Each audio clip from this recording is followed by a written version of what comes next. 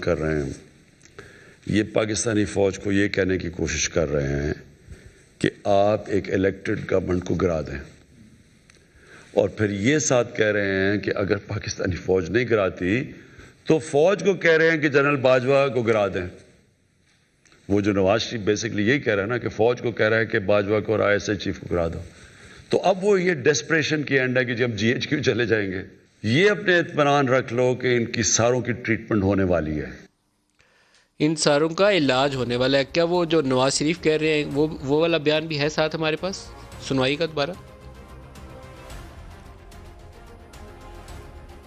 یہ جو پاکستان فوج کے خلاف زبان استعمال کر رہے ہیں، یہ پاکستانی فوج کو یہ کہنے کی کوشش کر رہے ہیں کہ آپ ایک الیکٹڈ گورنمنٹ کو گرا دیں، اور پھر یہ ساتھ کہہ رہے ہیں کہ اگر پاکستانی فوج نہیں گراتی تو فوج کو کہہ رہے ہیں کہ جنرل باجوہ کو گرا دیں۔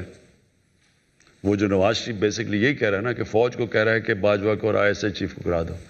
تو اب وہ یہ ڈیسپریشن کی اینڈ ہے کہ جب GHQ چلے جائیں گے، یہ اپنے اطمینان رکھ لو کہ ان کی ساروں کی ٹریٹمنٹ ہونے والی ہے۔ پرائم منسٹر کہہ رہے ہیں انسانوں کا علاج ہونے والا ہے۔ علاج ہمیشہ سیاست میں ڈنڈا علاج نہیں ہوتا۔ پرائم منسٹر صاحب کوئی سیاسی حکمت عملی بھی کوئی چیز ہوتی ہے۔ بہرحال پاکستان میں ابھی تک ڈنڈا ہی چلانے کی کوشش کی جا رہی ہے، ہم کہیں پہنچ نہیں رہے۔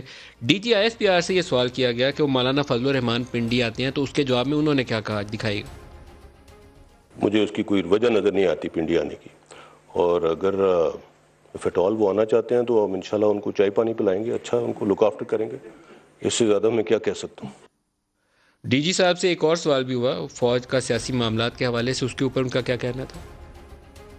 جس نوعیت کے الزامات لگائے جا رہے ہیں ان کا جواب دینا ان میں کوئی وزن نہیں ہے۔ پاکستان فوج کو حکومت وقت نے الیکشنز کرانے کا کہا، پاکستان فوج نے اپنی پوری ذمہ داری اور دیانتداری کے ساتھ وہ الیکشنز کرائے۔